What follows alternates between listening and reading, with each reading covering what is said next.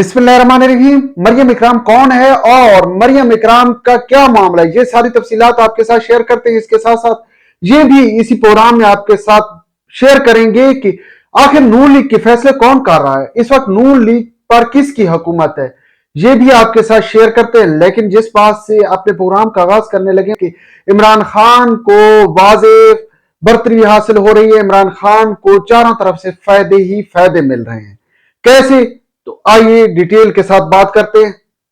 इस वक्त खबर यह है कि नून लीग को आज पीपल्स पार्टी ने दो अहम धचके दिए। सबसे बड़ा धचका यह था कि पीपल्स पार्टी ने काबीना का हिस्सा बनने से इनकार कर दिया है, लेकिन आसिफ अली जरदारी ने यहां पर प्यादे जरूर उतारे हैं।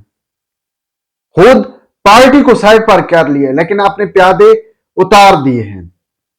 अब जिन लोगों को काबीना में शामिल किया गया है, नून लीग की बात की जाए तो नून लीग कि उन लोगों को काबीना का हिस्सा बनाया गया है जो कि शहबाज शरीफ धड़े या मालिकों के बहुत ज्यादा करीब है और उनके यहां हर हुक्म पर सर तस्लीम खम कर लेते हैं। उन लोगों को काबीना का हिस्सा बनाया गया है। इसके साथ साथ दीगर पार्टियों के भी लोग शामिल किए गए हैं, लेकिन पीपल्स पार्टी ने यहां पर हाथ खड़े कर दिए। दरअसल पीपल्स पार्टी फवायद ले भी रही है और सामने नहीं आ रहे, इसलिए काबीना का हिस्सा बनने से इनकार किया है, क्योंकि पीपल्स पार्टी चारों तरफ से खेल रही है। पीपल्स पार्टी को हर सूरत में बिलावल को वजीर आजम बनाने की जस्तजू कर रही है और उसी के लिए सारी जोड़ तोड़ की जा रही है।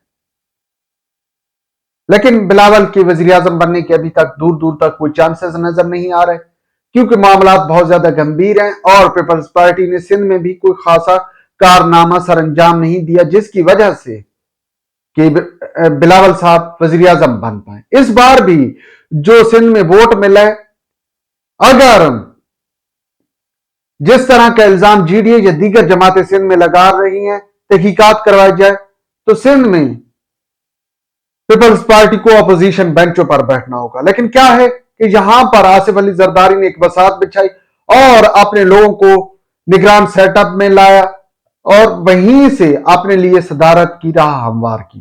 तो खैर अब आसिफ अली जरदारी साहब सदर बन चुके हैं और इसके उन्होंने बहुत ज्यादा फवायद हासिल करने। इसके साथ साथ आपको आगाह किया था कि दो धचके दिए। पहला धचका काबीना का हिस्सा नहीं बने, दूसरा धचका कि आईएमएफ के साथ मुज़ाकरात के लिए हिस्सा बनने से इनकार कर दिया है।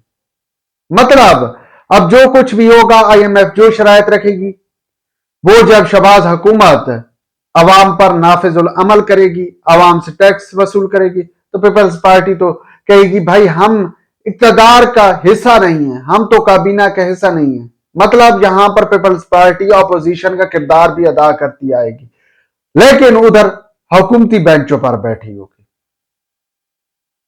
मगर पीपल्स पार्टी और आसिफ अली जरदारी साहब यहां पर खूब ब्लैकमेलिंग की पोजीशन में भी है और हर वक्त नून लीग की क्यादत को, खासकर शहबाज शरीफ को फोन घुमाया करेंगे कि जनाब अब तो पीपल्स पार्टी वाले लोग कह रहे हैं कि हमें अदम तमाद लेकर आ जाना चाहिए, अदम तमाद नहीं तो अलहदा हो जाना चाहिए। तो शहबाज शरीफ के पास कोई और चारा नहीं होगा कि आसिफ अली जरदारी की तमाम शरायत कबूल करें और उन्हें न चाहते हुए भी शरायत कबूल करना होगी। लेकिन ये सिलसिला बहुत ज्यादा अरसे तक नहीं चलेगा, क्योंकि अंदरूनी खाना एक और गेम चल रही है और अंदरूनी खाना ये भी प्लान बनाया जा रहा है कि शहबाज शरीफ को उस वक्त तक वजीर आजम रखा जाए जिस वक्त तक आईएमएफ के साथ डील नहीं हो जाती। आईएमएफ के साथ डील के फौरी बाद मामलात अदम तमाद की तरफ चले जाएंगे। लेकिन यहां पर मामला है इमरान खान के मानने या ना मानने से। अगर इमरान खान इत्तेहादी के तौर पर हुकूमत लेने के लिए तैयार हो गया, अदम तमाद आ जाएगी, मगर ना मामला मिड टर्म इलेक्शन की तरफ चला जाएगा और उसमें हम सब जानते हैं कि नुकसान नून लीग का ही होना है, क्योंकि सारी जो महंगाई होगी उसका जिम्मेदार जनाब शहबाज शरीफ होगा। इसके साथ साथ शुरू में आपके साथ बात की थी मरियम इकराम का क्या मामला है। भाई मरियम इकराम को इस वक्त मखसूस नशिस्तों पर नून लीग ने पहुंचा दिया है कौमी असम्बली में। मरियम इकराम का जो माजी है वो तहरीक इंसाफ के साथ वाबस्ता रहा है, लेकिन तहरीक इंसाफ इसे अब ओन नहीं करती। तहरीक इंसाफ कहती है इस खातून के साथ हमारा कोई वास्ता नहीं है, ये नून लीग की ही थी। حالانکہ جو تصویریں وائرل ہو رہی ہیں اس میں محترمہ کو دکھایا جا رہا ہے کہ وہ ایک جگہ پر آگ لگا کر کھڑی ہیں، ایک جگہ پر انہوں نے چترالی ٹوپی جس کے اوپر پرنٹڈ ہے کہ پی ٹی آئی کی پرنٹ ہے، وہ ٹوپی انہوں نے پہن رکھی ہے۔ اب اس معاملے کو لے کر نون لیگ کے اندر سے اور خاص کر ورکرز کی طرف سے شدید رد عمل آ رہا ہے کہ بھائی کیا نون لیگ کے اندر خواتین کی کمی تھی یا جو وفادار ورکرز نہیں مل رہے تھے؟ ایک کل کو شامل ہونے والی نون لیگ کا حصہ بننے والی خاتون کو مخصوص نشست دی گئی ہے، آخر کس کے کہنے پر؟ تو اب سب اس معاملے پر ہو گئے ہیں خاموش۔